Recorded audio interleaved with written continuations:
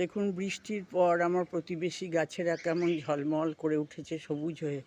কৃষ্ণসাগরের পাড়েই আমার বাড়ি, আর এই জন্য দেখুন এই কৃষ্ণসাগরের পাড়ের বড় বড় গাছগুলো কেমন ঝলমল করে উঠেছে। ওই দেখুন, এক গাছ লাল কৃষ্ণচূড়া ফুটে আছে।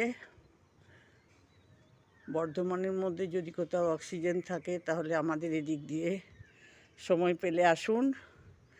এত সুন্দর গাছগুলো ঝলমল করছে বৃষ্টিতে, বড় বড় গাছ, দারুণ লাগে গাছগুলো এই সময় বৃষ্টির পর দেখতে।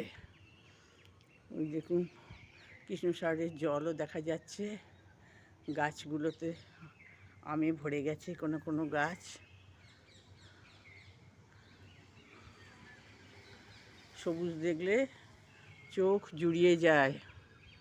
দেখুন কত গাছ আমাদের এদিকে। এই কৃষ্ণসাগর হেলথ সেন্টার।